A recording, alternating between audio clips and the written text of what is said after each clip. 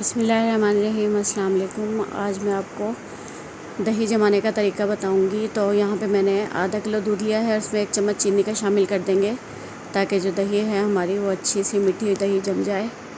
इसको हम बॉयल आने तक पकाएंगे और जब बॉयल आने के बाद हम इसको 5 से 10 मिनट हल्की आंच पे ऐसे ही पकाएंगे ताकि ये अच्छी तरह और गाढ़ा हो जाए। अब यहाँ पे मैंने एक भट्टी का बर्तन लिया है। दूध को जो मैंने बॉयल किया है वो इसके अंदर डाल दूँगी ठंडा करने के लिए, क्योंकि दही मैंने इसी बर्तन में जमानी है।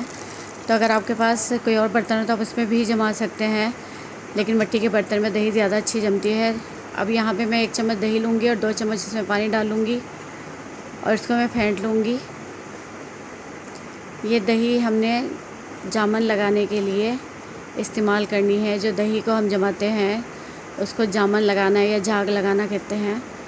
दूध यहाँ पे ठंडा हो गया। अब हम इसको चेक करेंगे ये कितना ठंडा है। अगर इसको हमारा जो उंगली है अच्छी तरह बर्दाश्त कर लेती है 5 से 10 सेकंड, तो ये ठीक है। इसके अंदर अब हम दही शामिल कर देंगे। एक साइड पे हमने दही को शामिल करना है और चम्मच से हल्के हाथ से नीचे से हम इसको मिला देंगे।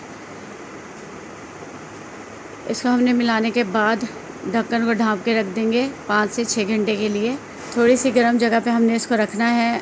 गर्मियाँ आ रही हैं तो दही का इस्तेमाल ज़्यादा होता है और ये एक 5-6 घंटे के बाद देखिए हमारी दही कितनी अच्छी जम चुकी है। रमज़ानुल मुबारक में भी दही का इस्तेमाल ज़्यादा होता है, तो सहरी में दही खानी होती है। मीठी मीठी दही कहीं से नहीं मिलती, तो आप ये मीठी दही अपने घर पे जमा सकते हैं। गाढ़ी और मीठी दही जमाने के लिए आप हमारी रेसिपी को लाइक करें, शेयर करें और हमारे चैनल को लाजमी सब्सक्राइब करें।